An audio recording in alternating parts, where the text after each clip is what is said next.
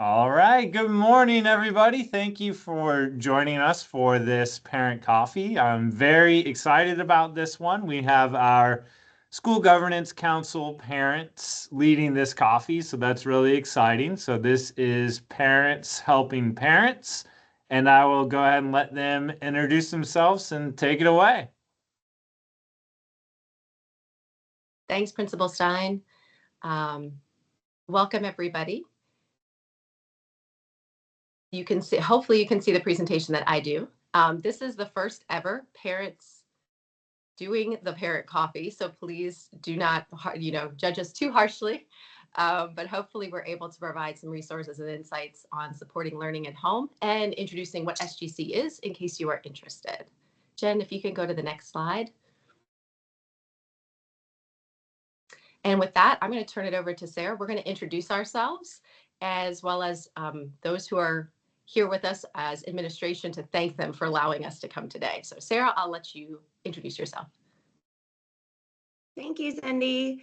My name is Sarah Fetz, and I am a parent member of the School Governance Council. This is my third term serving on the SGC, and my youngest is a third grader at Dolvin, and my older two boys have been through Dolvin as well and have really enjoyed serving on the SGC and partnering with other parents and community members and the administration to work on strategic plan and make Dolvin a great place. So, Sherman, can you introduce yourself?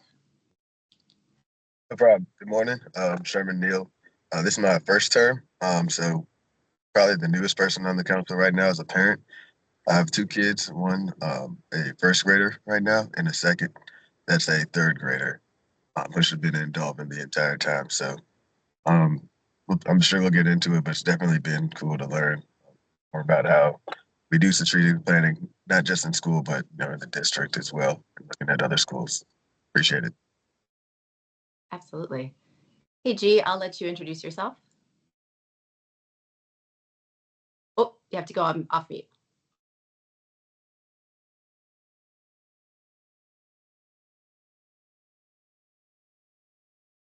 I can't hear you.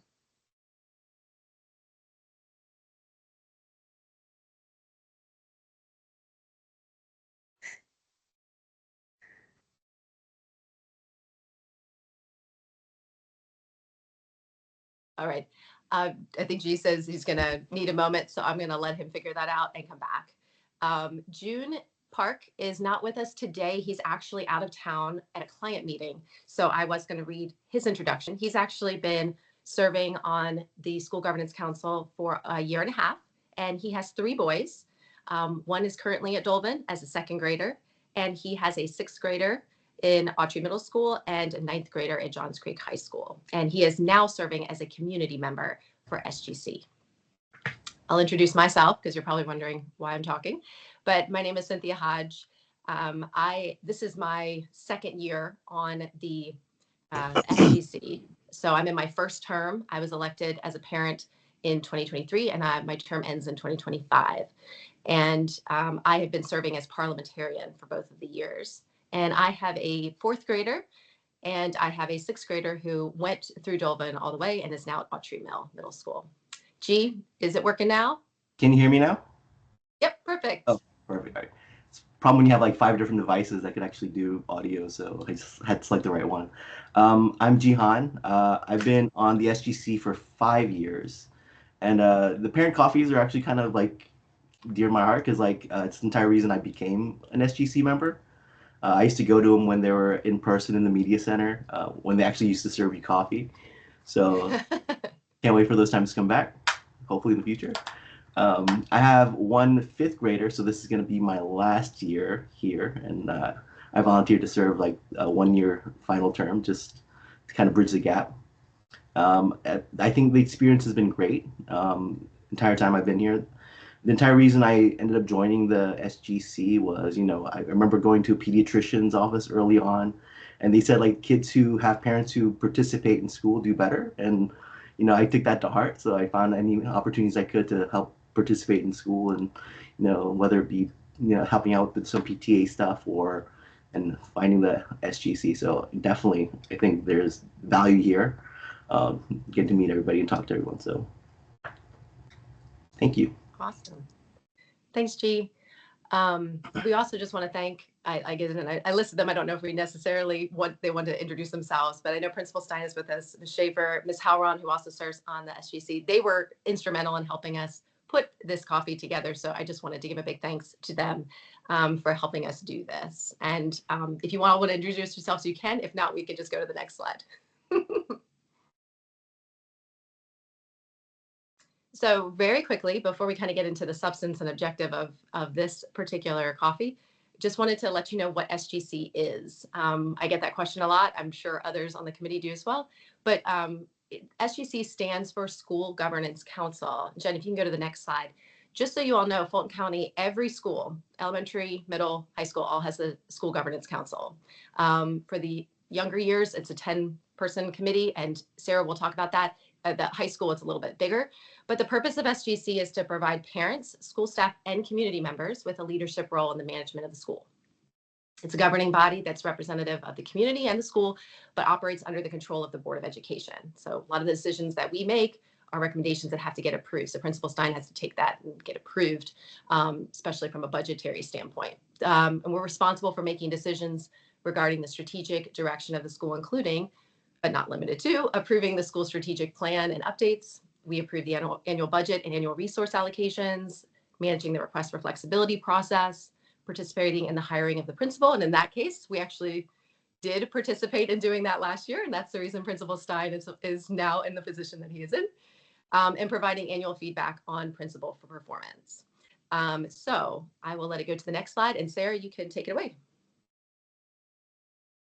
Thanks, Cindy.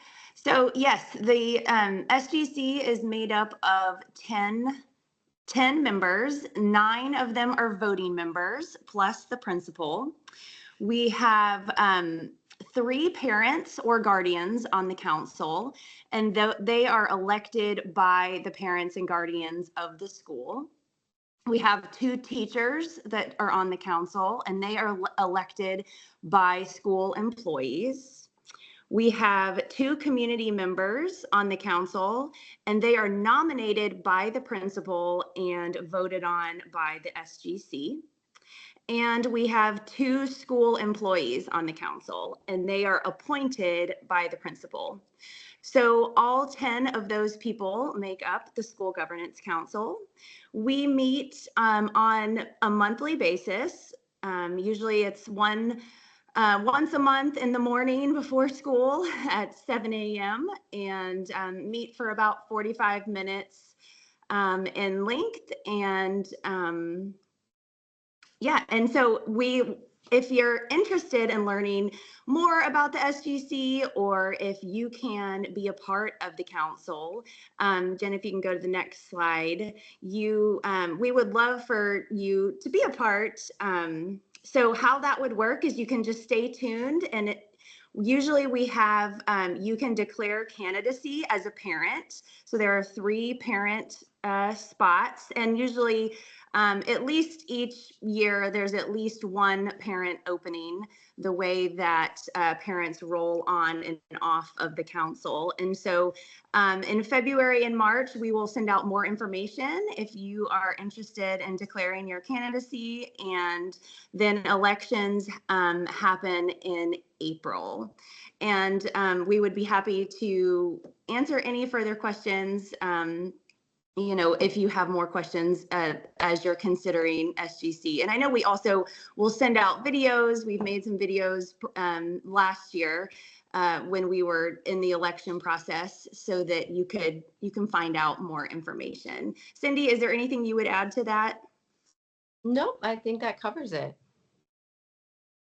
Jen, if you can go to the next slide. Great. So the parents and guardians that have joined us today, and those who listen after today, and because this is being recorded, we wanted to use the kind of forum of the Parent Coffee to just be a little bit collaborative, I guess is a good way to look at it.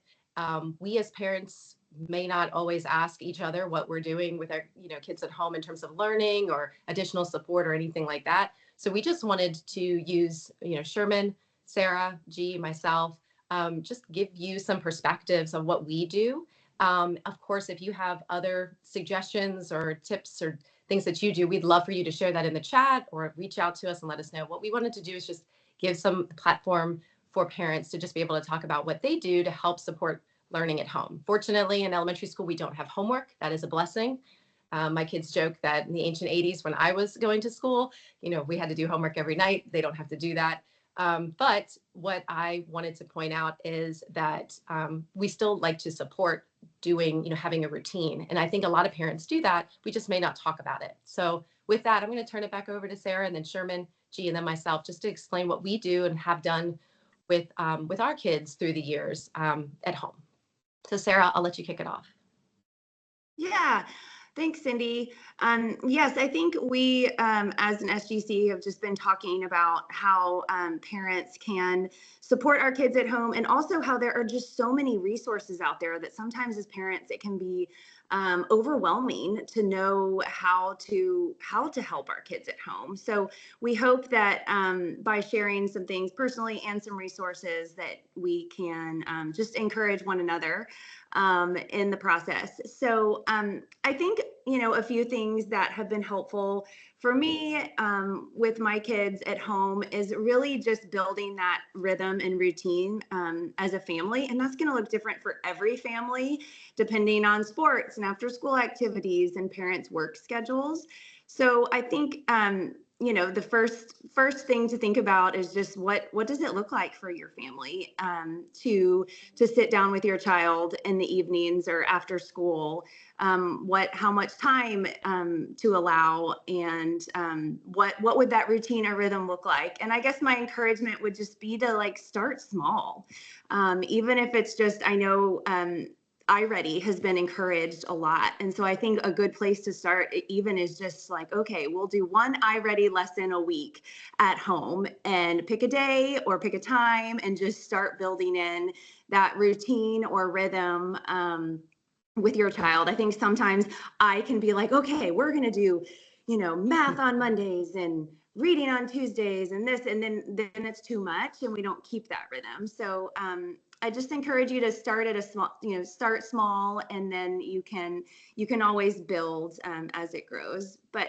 another thing that I have found with my kids is that they love it when I'm just physically nearby. So whether it's the kitchen table or just being together. And so it's I might have my computer out and I'm hey, I'm going to work on my emails, and you sit right next to me and you work on your iReady or your typing lesson or whatever it is that he's working on. I think that makes it easier. And especially if we share a bowl of popcorn, that's really that's even better. But I think just our kids want that time with us as parents after school, after a long day. And so if we can be in close proximity to them, and of course offer a snack, that always tends to make the extra learning at home a little easier. And also just the encouragement of there's lots of online resources that our kids can do, but it's also just so helpful for our kids to just read aloud, read them a book, or do something that might not even feel like work to them, but it is still really valuable, intentional time with them. So I'll pass it on to whoever's next. Sherman? Yeah, appreciate it. I say the one thing for me that's been very helpful at Dolphin is the communicating with the teachers directly. They've all been extremely responsive, and that's good for two reasons. One, it's when you're getting assigned home papers, to understand some of the background of the why, whether it's not just the percentage, but how much time it's taking to complete those assignments, where they're completing them, how they're completing them, whether they need extra time. Are they sitting next to the teacher, kind of like what Sarah just mentioned, or are they, working on own, or are they working with, partners in how they do their work? Has been great feedback for me to extend past just the numbers themselves. And then also with the teachers is the teaching methods. I am mathematically challenged. And so, even if I try to learn, basic math myself, it's probably going back to methods that, frankly didn't work for me and may not be being used in the classroom right now. And so to marry up with what, the kids are learning and how they're learning that helps quite a bit. And that includes like reading as well. I know one of my children has an IEP. And so now if you add an element to the speech part of it, it's just a speech IEP, how is that playing into the assignment itself? And are the phonetics matching what should happen and how are we seeing that, manifest itself in writing and things like that? There's usually a reason why. So all that feedback that, every teacher's been awesome at providing to myself has been helpful to kind of align, not just spending the time, but spending it in a way that's not, contradictory to what they may be learning in the classroom. And then the other part, just personally, is big on experiential learning, especially when it comes to history or geography type stuff. I know, like now, uh, maps and talking about the coastal plains, that's the third graders talking about right now, and tying that to trips, and then trying to do that locally, even where you can to complement outside of the classroom. And it's another area where you know the teachers have awesome ideas on what they'll do with infinite time, money, resources to take kids to places across town. In addition to like tutor list, and I think just incorporating that with the local programming and local opportunities has been pretty cool. And there's a lot of them out there. Um, so just going back to the teachers as a resource in alignment with the teaching methods and finding out you know, how they are completing and learning assignments prior to engaging has been helpful for myself. Appreciate it. Awesome. G, did you have anything you wanted to add?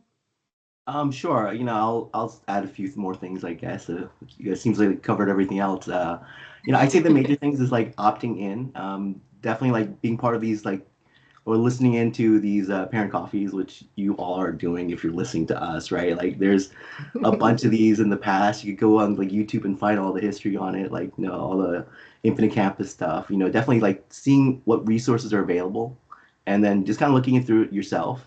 I think like the biggest hint or tip I could give is favoriting like Infinite Campus emails just so they pop up first. I know I get like a ton of emails, and if you guys do too, like it definitely helps to kind of like read through that mess to see what's actually important. And my kid's teacher sends like a weekly email every week. Just read through it, find out what's going on in class. What days are like pajama days or something, so they could also be a part of it because definitely the kids enjoy it more when they feel included and they're a part of the activities. So just keep that in mind. Awesome. Thank you. Jenny, if you can go to the next slide too, just while I talk, because I know I'm going to be the last one to say something. But I really just have to echo everything that my colleagues said because it's what I have found as well. It's definitely coming up with a routine. It's definitely speaking to teachers, reading the newsletters. For me, before COVID, my older son did tutor shop. So before COVID, when I was in the office all the time, he did tutor shop. So K through second grade, he was kind of in that. I've not needed it since, but I certainly recommend looking at those. If you need that situation, aftercare programs can be very helpful that way. And I know we utilize tutor shop. I thought for the K through second grade, it was really, really helpful. We just didn't need it afterwards because I'm now able to work from home, which has been a blessing. And then I would say, because I communicate with the teachers a lot and I read the newsletters and kind of keep on top of those types of things, I noticed where, one of my children needed a little bit more support. So we use additional outside sources like Mathnasium. I know there's a lot of other types of academic programs that students do. We personally use Mathnasium. So if I know he's struggling with word problems, that I can direct them to help him with that as well.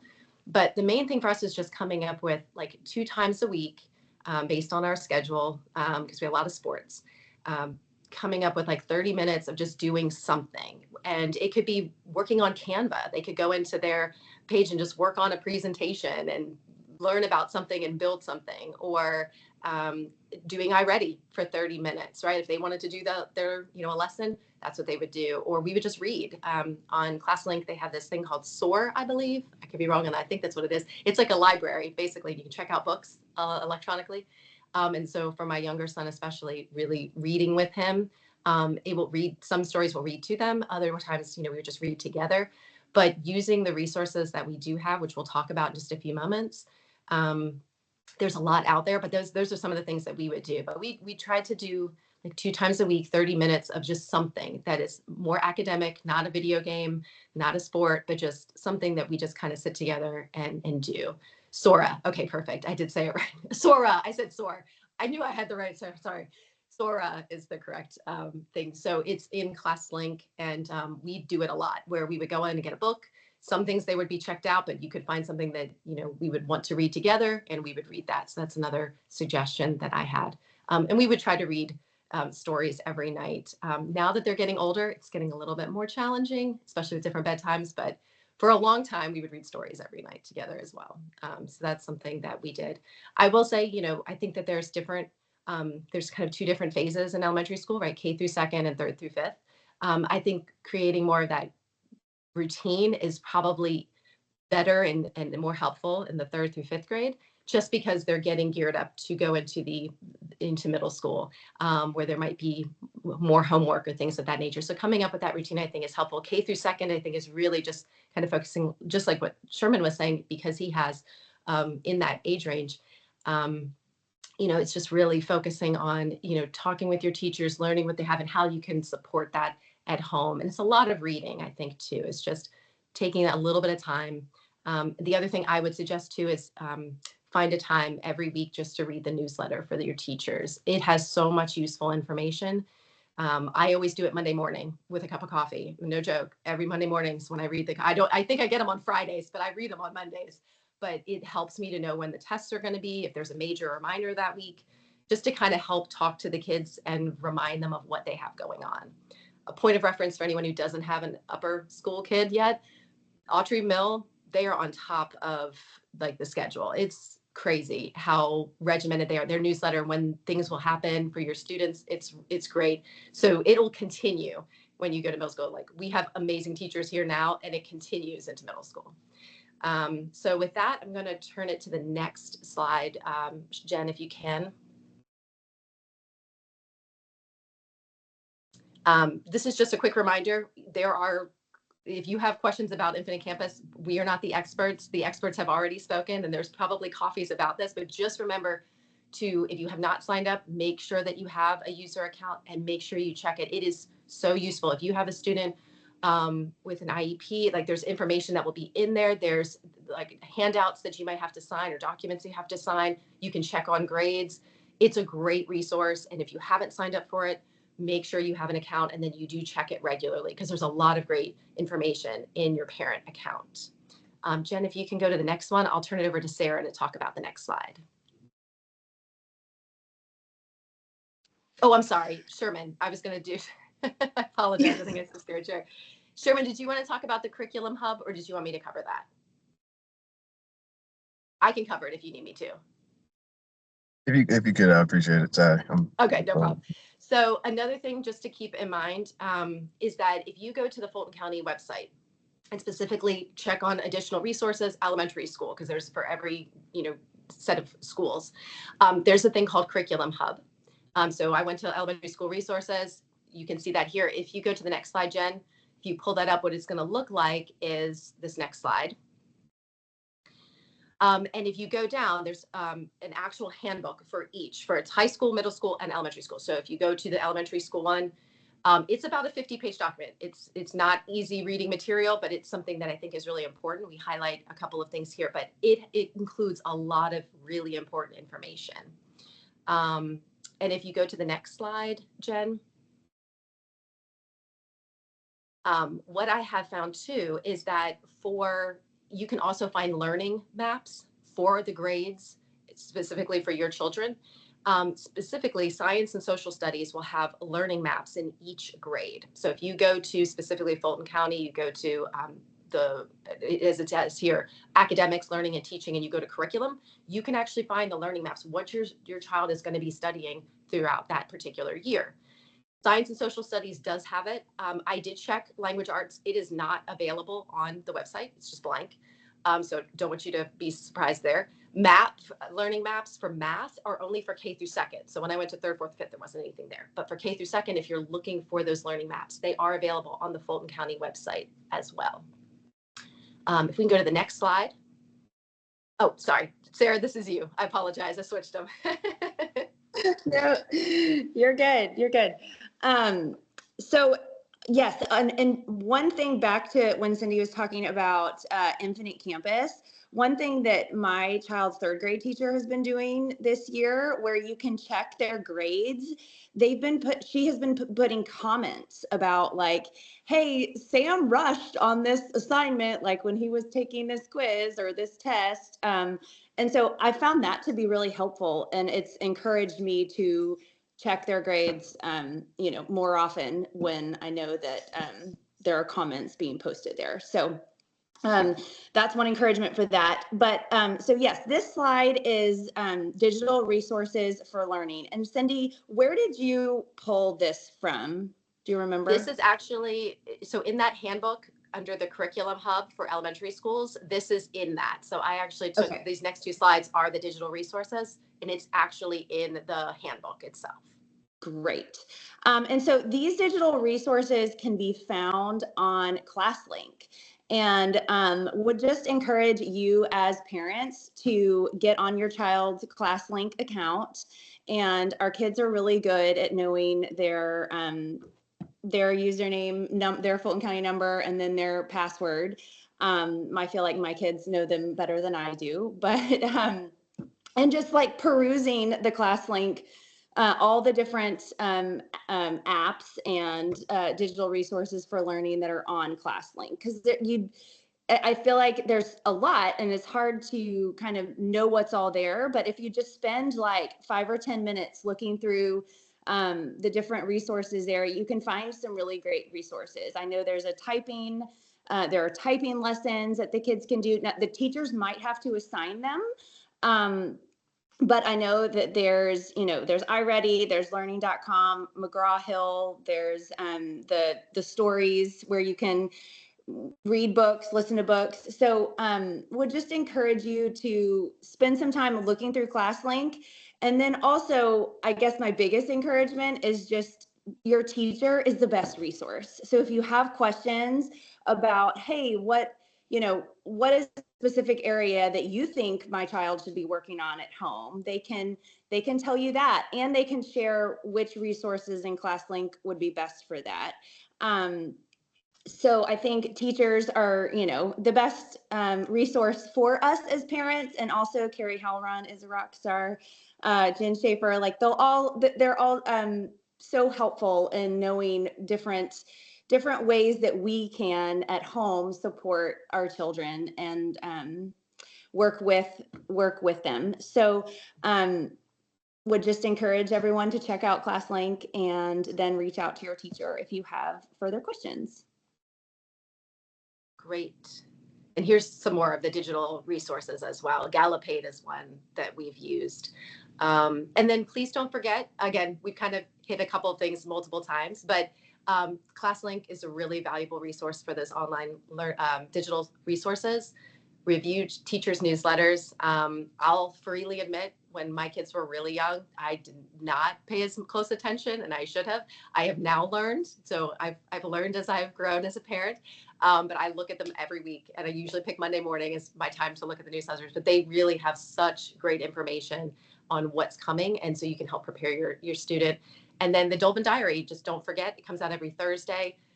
I know we get a lot of emails, but it's just a great read just for a few minutes, just to check a couple of things. But just always want to recommend reading the Dolphin Diary when it does come out. And it just came out yesterday, so you should have gotten an email. I think that's about it. If anyone else has any other comments, Sherman, G, Sarah, if you wanted to say anything in closing, that would be great. Thanks so much. Yeah, thanks for the opportunity. I appreciate the opportunity too. And I'm just gonna plug two things. One, our school board member hosts, I think it's quarterly meetings, and I attended my first one. They're And actually monthly. monthly. That's awesome. Mhm. So I'll be attending more. But The if you next want to, one, actually, anybody interested, is next Wednesday at Finley Oaks at 9:30 a.m. All are welcome. I will be there. I bring those up just from a scheduling and like long term like projections of schools. So I've learned a lot about how the population changes are going to be impacting schools and how we're doing things in budgets. And so that's definitely been helpful. And I was able to stay after, speak with her in person, very engaging presentation there. And then just from a strategic plan, when that does get published, really good at telling you what the priorities are for COVID and how the schools are evaluating themselves. So um, being newer here, those two things and engaging that way has been helpful to see that. And then also having teachers on board, having like direct interaction and seeing what their concerns are as well, and kind of voicing some of those. So I just highly recommend attending those things. I know we all talk about local government and going to those types of things when we can, but it is pretty helpful. So appreciate that. Awesome. Great suggestions. G, any last words? Any final comments? Thanks again for the opportunity to speak with all of you. It's like I said, it's been a pleasure being a part of the SGC. Hope people volunteer to put their name in the hat to get elected, and continue on this great tradition that we have at Dillman Elementary. Absolutely. And with that, I think we're at our conclusion. Jen, Principal Stein, thank you for this opportunity. Thank you so much, parents. That was great. Thank you. Everybody have a good weekend. I guess I assume there's no questions. I think people would have raised their hand, but we'll give one more opportunity.